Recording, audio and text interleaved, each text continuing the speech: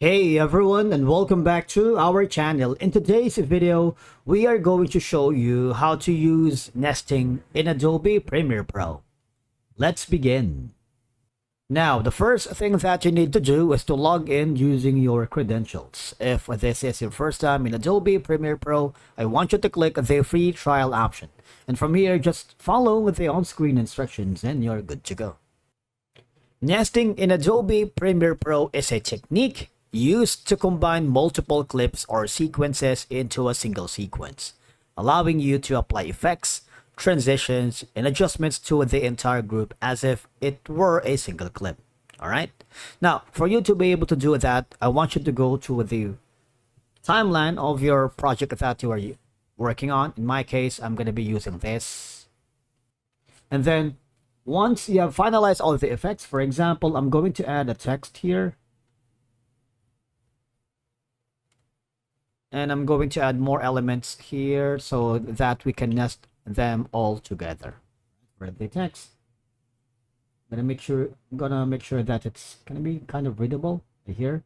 And then all I have to do, I'm gonna hover that here. I'm gonna slide this in, make it a bit bigger. Select all the elements together, right click, and there should be an option that says nest. And from here, you can put in a name for that, for the nested sequence name. You see that? It's going to be one single unit now. For example,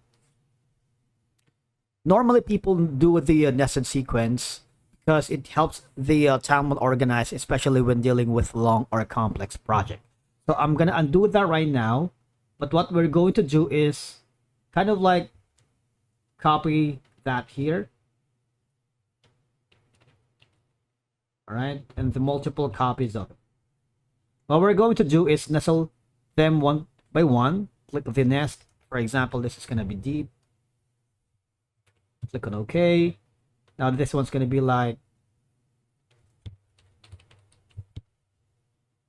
and then the this one is going to be